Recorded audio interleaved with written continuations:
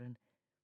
It played through my head on a constant background reel, fantasy-like, as I manoeuvred my way around the pushchair blocking the hall, the high chair squeezed into our minuscule kitchen, the stairgates and the endless washing heaped up all over the place, taking forever to get dry.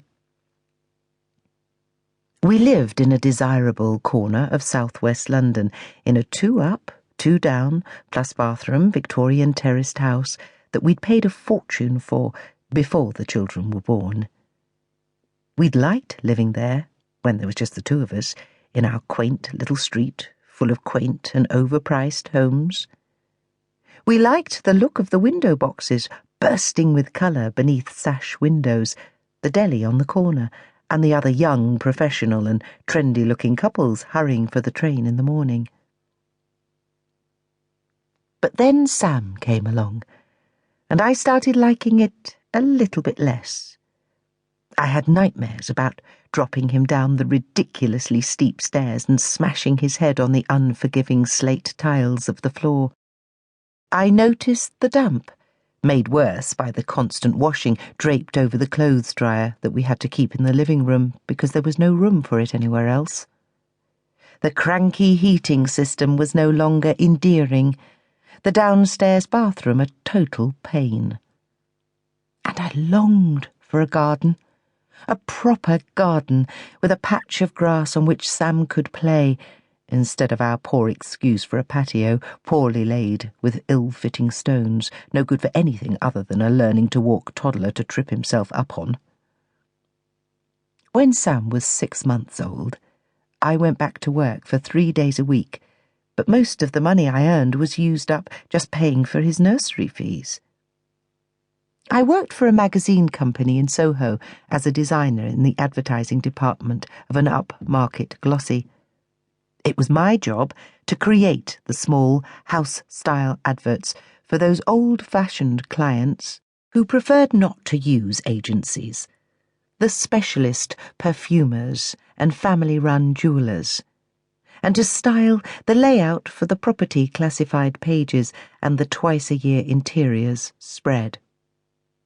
I loved my job, but it hadn't paid very much before, and paid even less part-time.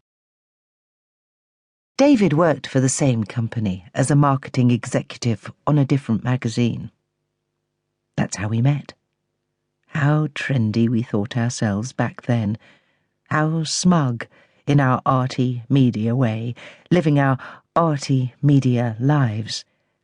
And what a bolt through it all to find our income and our aspirations so slashed by the arrival of Sam.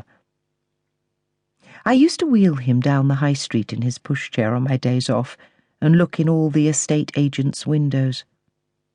How would we ever afford a bigger house around here? We couldn't even afford to get the boiler replaced.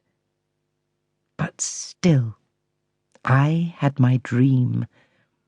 I pictured the magazine coverage, the spread in a Sunday supplement. Jane Berry moves to the country. At home with Jane Berry in her idyllic country retreat.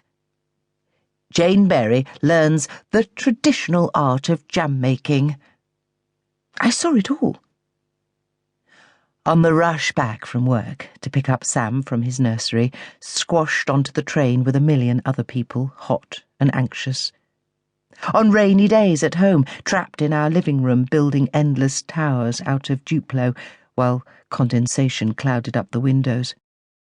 And when I got dog shit from the street all over the wheels of the pushchair and didn't realise, until I'd wheeled it indoors and found Sam drawing his fingers along the tram lines on the floor. I dreamed my dream. The roses around the door, the space, the better life. And sometimes, late on summer evenings after Sam was asleep, David and I would sit on the tiny metal bench in our tiny patio garden and drink wine and dream together. What if, we said again, what if? But before Sam was even 3, I fell pregnant.